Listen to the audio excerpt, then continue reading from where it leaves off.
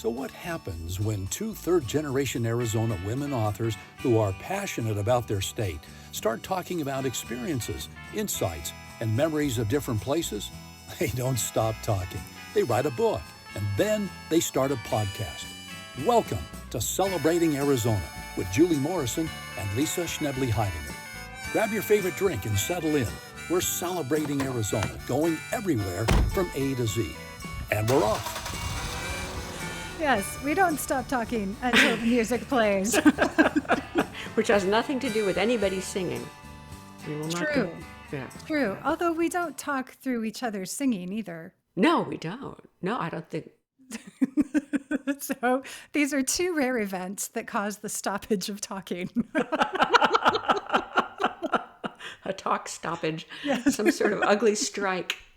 Yes. It's good to see yeah. you. Yes, thank you. It's always good to be here. And so where do you have us going today? We are going to go up the 17 from Tucson or the Valley or anywhere else below Flag, I suppose. And then we're going to kind of skirt Flag to the degree that we can. So that would be the Humphreys Road to the 180 as if you're going to Snowbowl and or the Canyon. Okay. But we're not going to do either of those.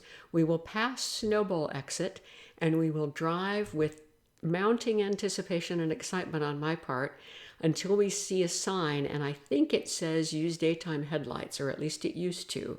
And that's where you look for the Forest Service Road that you will make a right turn onto that will take you to Nature Conservancy's Hart Prairie Preserve. Oh, fantastic. This is a place I haven't been, and now I know how to get there. Now you know how to I've heard get you there. talk about As long it. This as is the excellent. Sign Yes. hasn't changed. I looked to see, and I think I first went there in 2007 with my esteemed father, Larry, because he had been doing work weekend volunteer events there for years and had even brought me and I gave one to each kid, although they're hanging in our kitchen, small split twig figures, little horses that he had been taught to make by a gentleman who had worked there for a time, which were what a gentleman named Bob Euler found in the Grand Canyon, which showed that people had lived there much, much sooner than anyone had heretofore supposed. So we have two little split twig figures hanging in our kitchen that were from one of his early weekends. And I heard about them and finally thought, I got to do this. So I went up, met him there, and did it and didn't stop. I think we went until probably pandemic. Oh, wow. We had many, many joyous weekends there, both spring and fall. And it does say on the website, because I looked, you can ask about volunteer opportunities. And, Jules, it is hallowed ground. So you would volunteer doing what? Doing menial labor. And every time I went, I would think, okay, you can come up here and work till you are aching in every bone, but you can't clean out your own garage, can you? And I don't know what that's about to this day, except that my garage is my decisions. And here I'm just a joyous little flunky doing what I'm told. But there is something so, not enervating, because that's tiring, exhilarating about good, honest physical labor in an absolutely stunning setting. It's maybe as close as I could come to being a pioneer, which was always my childhood dream, was to be a pioneer. And mostly they'd say slash and rounds, and after my first time, I knew what that meant. There is so much constant thinning going on of ponderosa. Okay, sure. And a guy named Sean Redfield, who ended up working with the Arizona Trail, was just a professional. He was an Epicurean chainsawer. And when I was getting up and thinking, okay, I'm going to... Epicurean chainsawer. That man could chainsaw like the best of them do ballet. He was tireless. So I'd be starting to think about going down to the lodge and seeing if I could still make a fire in a wood-burning stove and having coffee. And I'd hear, I think Sean's at it again. So he would just endlessly cut. And then the rest of us would trudge out to wherever he had been. And the slash and rounds, the slash being the branches that he had taken out first, and then the rounds, what he had sliced up to be hauled in. Okay. So you'd get usually Neil Chapman at the time would take us out in a work truck at King's Ranch, or we'd walk, depending on how far, with our little bags and our little bottles after a hearty breakfast at the Mariposa Lodge.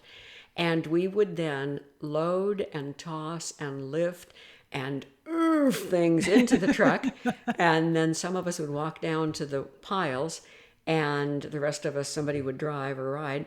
And then we would unload, same said, slash and rounds, and then we'd do it all over again. Yeah. Now, we did other things. One time or twice, I guess, Larry and I raked roadbed, because Oh, it's a wow. gravel Yep. road going Yep. in, and it needs a lot of maintenance. And so Yeah. we didn't like that much. That's hard work, and it's not as interesting as figuring out what you can lift and what you can throw over the side and what you have to drag in the back of the truck. And then one time, the first time the kids went with us, we walked fence line to check for things that needed repairing. Nice. Yeah. And that was nice. And Rye in particular was fascinated because he found an elk jawbone. Oh, wow. And we're city Yeah. kids. He had never Yeah. stumbled across an elk jawbone and got permission to bring it home. And I thought that was probably his brief brush with what, anthropology? What would that be? Natural Finding history, bone. Okay, yeah. or just biology, plant, Or whatnot. all of the above. Yeah. Yeah. Yeah, yeah. So and the meals were spectacular, and you're hungry and you're tired, and the food tastes so good. And Yeah. outside, and I would be surprised if this had changed, there's a half circle of Adirondacks looking at the peaks. And it's a rare, to me, eastern view, because I'm usually southern, sometimes northern, and you're at 8,000 feet at Hart Prairie. Oh, wow. So you're that much closer to God, closer to the peaks. You're But at I have 8,000 feet looking east, looking, let's see, if we've gone looking toward toward the canyon, Winslow. so we would be looking west because we're on the eastern slope. You're on the eastern side So looking we're looking at west. the east side of the peaks. Okay, got So it. that would be in a westerly direction at the east side of the peak. Yeah, yeah. And so all those things are still true, whether Neil or any particular vehicle or even the half circle of chairs are still there. And the views, and sometimes virga, sometimes sunset, sometimes snow, just an exquisite place. And I also check to make sure that they still offer nature hikes and birding hikes and other hikes, and the beautiful old buildings that are there. It's an exquisite place to be. Oh, this is great. I'm so glad to know about it. The Wilson family donated it, and it wasn't until 1994. Usually things like that happened forever ago. And that was only 1994 that the family gave this land to the Nature Conservancy. Oh, And now wow. it is It's that forever preserved recent. just as it is. Yeah, yeah. Wow. Okay. Interesting. Yeah, but such a beautiful sight. And the little paths between the cabins, which are kind of not up on stilts, but off the ground. And so sometimes we have actually raked duff out from under the cabins to keep there from being a thick blanket that would burn should a fire ever race Sure. through Yeah. there. And Yeah. that's another job we've had. But I think what is the strongest appeal of being out there is the elementalness of everything. Because when you're that hungry and that tired, and in the middle of the night going to the bathroom, sometimes you're that cold, Yeah. there is a purity to life that is indescribably pleasant and basic and pared down and simple. And I think also the very obvious progress of seeing this was before work, this is after work. There are few kinds of work we do now, maybe with the exception of cleaning out our garages, I that wouldn't know. yeah, where we can really see the difference of a day's work. How fun to remember someone you love that way, and especially your dad.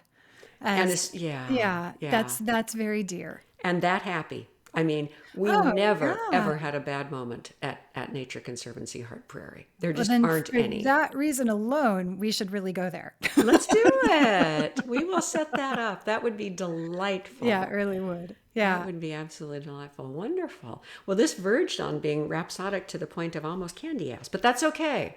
It's good to have things that are good that good, right? It is good. It's good. Celebratory is a good place, is a good way to be. Celebration is a good place to be. There's no need to leave early. Okay. Yeah. Oh, that's Yeah. nice. Thank you. Yeah. But speaking of leaving, Yes. let's break and return. Okay, very good. So I've learned a new word I'm sharing with you, semi-quincentennial, half of 500 or 250. From now on, we can say AZ250. That's the commission leading our celebration of the United States' big birthday next year. We are excited to be the podcast partner, and we'll be sharing aspects of the AZ250 plans. One, the special passport highlighting treasures to visit around Arizona, in addition to hikes and breweries and parks, oh my.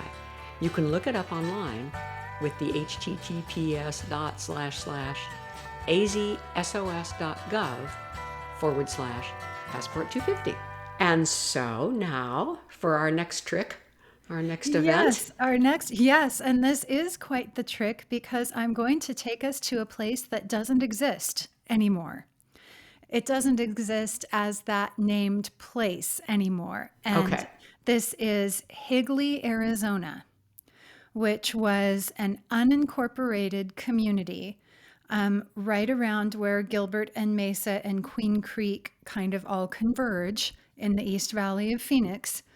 And at one time, my dad flew a little Cessna 185 off a crop duster strip out of Higley, Arizona.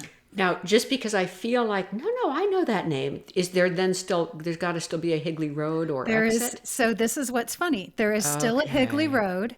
Okay. And if you think about, Higley as being in generally where Higley Road and Williams Field Road converge, Okay. neither of those things exist. Williams Higley Field is nor no Higley? longer Higley. Williams Field is Oh no my longer Williams Field because it's goodness. Mesa Gateway Airport. You are correct. Yeah, so this is a little bit of a throwback here. Basically, what was Higley was zip code 85236. And Okay. it eventually got broken out by these, into these other three municipalities. But the reason it's important is because that's where the crop duster airstrip was that Dad would fly off of, and that is where we would fly out of on the times when he flew us up to the White Mountains and the Sholo Airport. And the Holly Lake Cabin, which And we've the talked Holly about. Lake Cabin, yes. And so, Okay. but this is the Sholo Airport was, I'll do the Sholo Airport at another time. But anyway, that's where the trip started. And that's where we were on our way to. We were, coming back from the White Mountains, and we almost never did this because the air is usually better for flying in the morning. So we would fly in the morning. But this one time, we flew in the evening. And the sun just barely down. It was just barely sinking, and it was just starting to get dark. And the sky was this midnight blue. And I've never seen a sky like that since. I don't know if you need to be in the air at a certain altitude in order to experience this particular color, but on all the Christmas cards, what about, it came upon a midnight clear, that blue is what we were in, though it was definitely not midnight. It was maybe, I don't know, 8 o'clock at night or something in the summer. And so I will always remember that blue. Oh. Yeah. Almost a Maxfield Parish, but probably a little darker than a Maxfield Parish blue. And I couldn't tell you, not That's all having right. seen That's all right. Maxfield Parish. Not to make this about me, but because it winds right back to where we just were, I will have to find and show you a photograph that I took at Hart Prairie where I think the sky is midnight blue. Oh, And wow. the reason I think the sky is midnight blue is not because it was actually quite midnight blue, but because I had my big camera, the fancy camera that we used for the book, and I wanted to take a picture of our little cabin, Columbine, by starlight. Also a blue color. So the Columbine. I didn't remember that. Mm-hmm. So the camera, to compensate for the longer exposure, did take a picture of our wonderful little cabin with its golden windows, but the sky was lighter than real life because the exposure was longer than the human eye sees. Okay. And so I will find that and see if it's the same color you're picturing. Yeah, that'd be fun. That That'd would be be really fun. fun. Yes, I am taking this to a place that doesn't quite exist the way it did so that I can remember a color that may not exist from anywhere I am again. But these are, and interestingly enough, there is also a link with 2007 because that is when Higley became no longer Higley, became these other Really? places. Yes. So the first time you went to Hart Prairie that first year is also when Higley became 3 other places. We are just frighteningly in sync, aren't we? This is just spooky. That We're was so very, yes, that was very I'll be funny. darned. And like of all things to connect over, 2007. Yes. But there we are.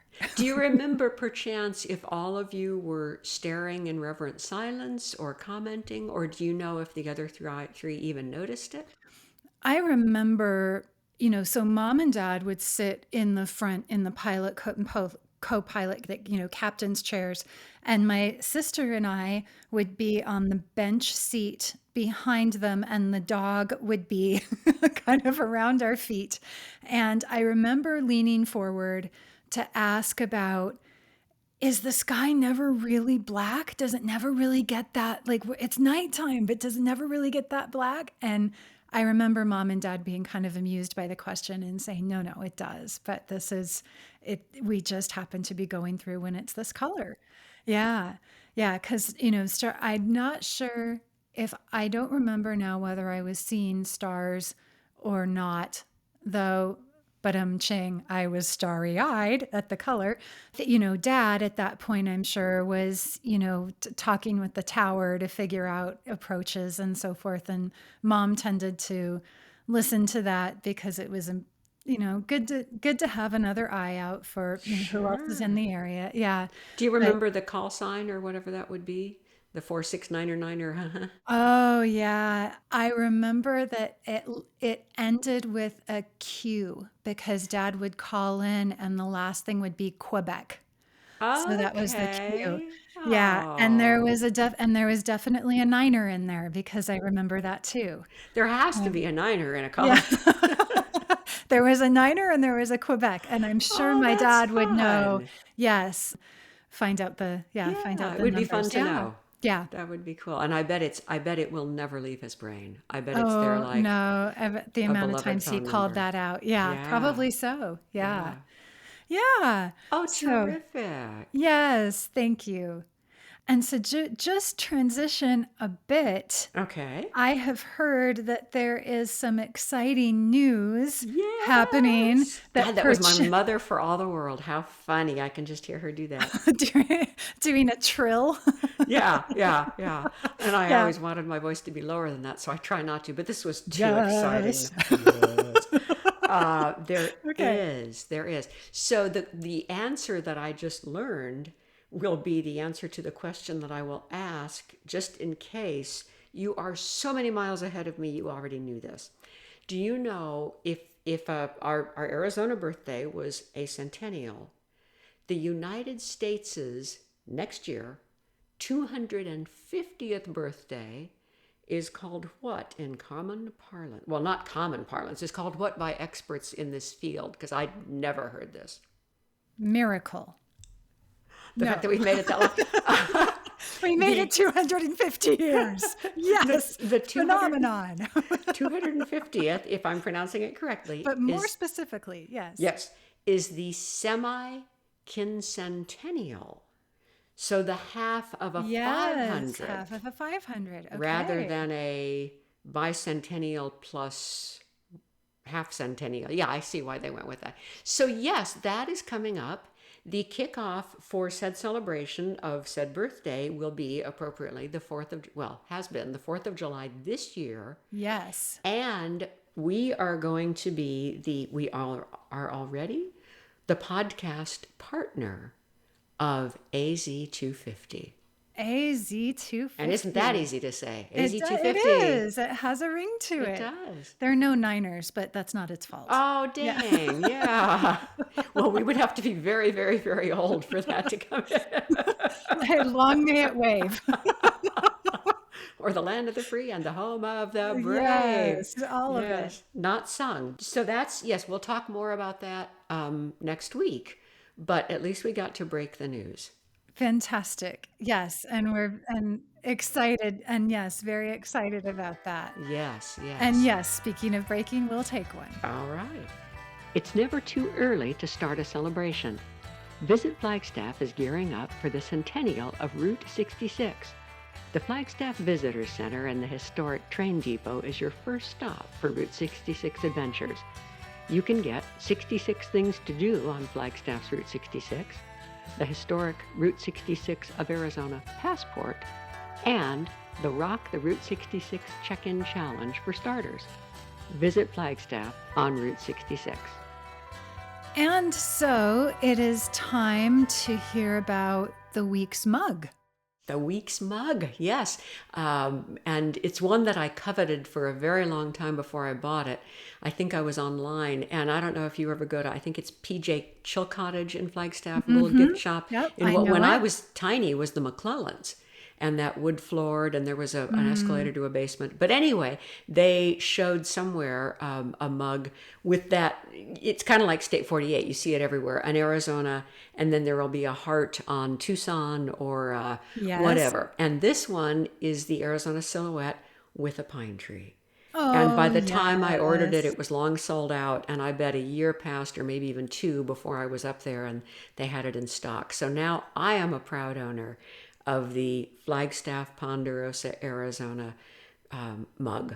And that Excellent. is today's, because that, I guess technically that little tree on that mug could end up being Slash and Round someday, huh? It could, but it would only be for good reasons. That's right. Mm, And that yeah. reminds me that two things I learned from Larry are when a pine tree has lived its useful years as a living pine tree, and then it goes on to its next two phases. Oh, And the phase where it is no longer alive but still standing, a snag. yes, a snag. Yep. And there are more snags per capita around Schnebly Hill Road in the 17 than anywhere I've ever been.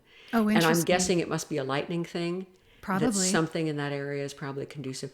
And then once it topples, Yes. it becomes deadfall. So Makes sense. Yeah. that is about the extent of my woodcraft.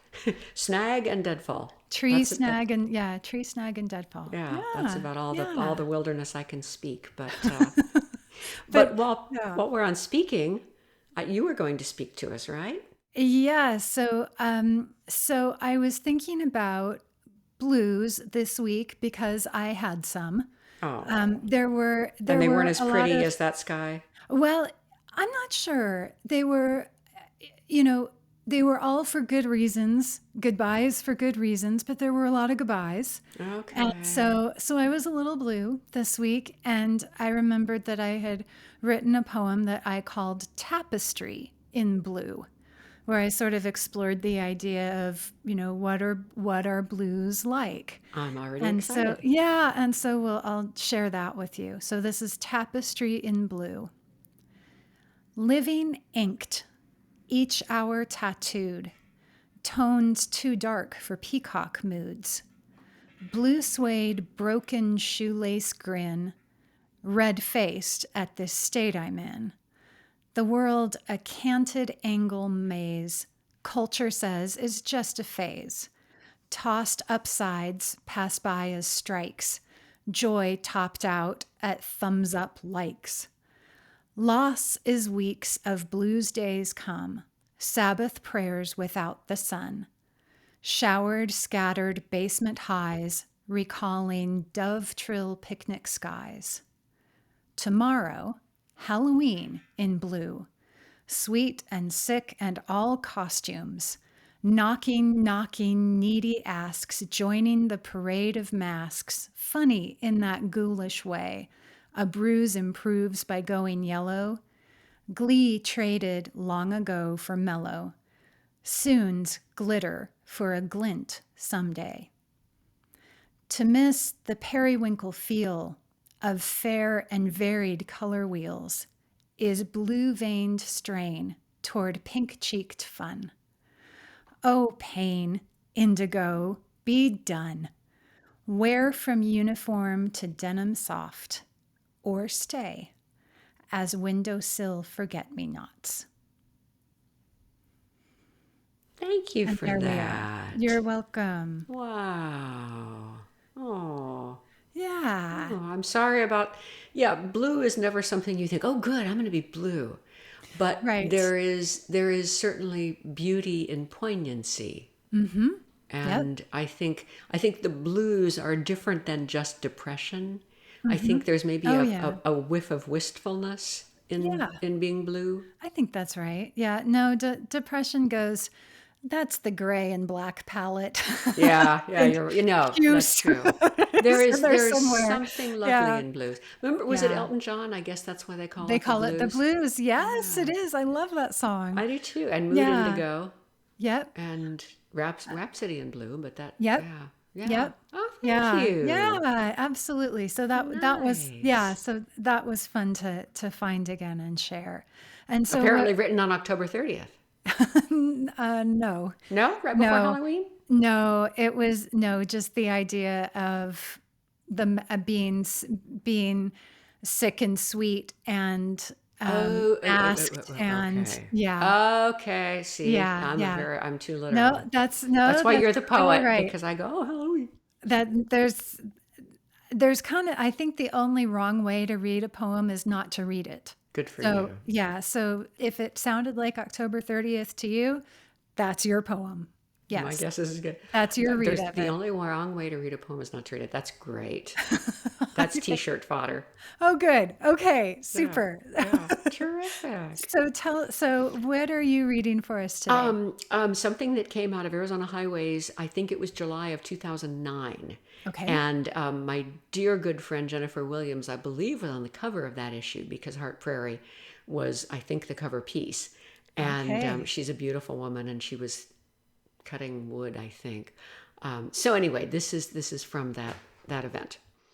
This smaller gem in the Nature Conservancy crown is 245 acres of comparatively well-kept secret, nestled in aspen, ponderosa, and some spruce.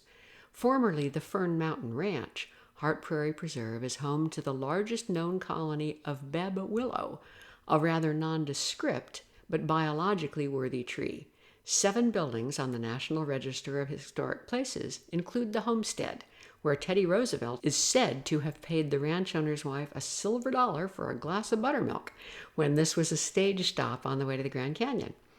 My father, Larry, pulls up to our cabin to unload before parking in the corral, knowing the car will feel unfamiliar when we next get in it on Sunday afternoon, after 2 days of walking everywhere. There's a lot to carry up the little slat steps to our tiny porch, backpacks to hold gloves, gear, and water bottles, duffels with work boots and clothes to layer as the temperatures rise and fall. We bring sleeping bags to put on the top of the beds, saving both water and labor by leaving sheets clean when we leave. The 6-pack my dad buys in Flagstaff will stay coldest on the porch here at 8,500 feet. Nice. And that's the setup to the weekend of amazingness.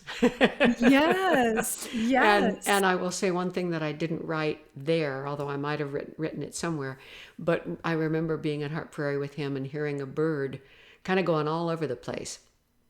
And Lair said, "That's a meadowlark." And it's fun for me that the song goes all over the place because meadowlarks fly in a very herky-jerky pattern. Oh, wow. And I couldn't tell you birdsong from my foot, but when I hear a meadowlark, I can picture a herky-jerky pattern, and I Yes. think that must be a That must be meadowlark. meadowlark. So, okay, one of my recent discoveries is the Merlin Bird app. This is put out by Cornell University, and you essentially, in this app, it engages your record function on your phone, and it takes the audio that it records and matches it to what it has in its database, so it can tell you what the birds are that you're hearing, which is really fun. Yeah. Terrific. Yeah. Yeah, Merlin. Yes, or just look for herky jerkiness and you have And you must have a meadow. I love that. That's so great. Yeah, I don't know that Cornell has that in the definition of a meadowlark, and more's the pity. But we can But always at least we suggest it in do. comments. Yes, Yes. yes. Yeah, very, very true. Well, great fun as always. And I will look for the Yes. midnight blue picture. And in the meantime, I have that image in my head of your little girl self just almost transfixed, Yes. coming in, getting ready to land and seeing that Yes, I color. really was. We were coming over the Superstition Mountains, and it was this blue. Oh, So yes, it was the finest of Arizona postcards in real life. Yes. beautiful. Well, Yeah. give that little inner child a hug for me. Yeah. Okay. Very good. And Okay. we'll see you A down the pleasure as road. always. All Yes. listeners, thank you. Thank you. Bye for now. We'd really like to hear from you about anything this show led you to think about. Write to us at celebratingaz.com. The wizard behind making a conversation into a podcast is Tom Heidinger. The music comes from Daniel Blattney, and I'm Dana Cooper.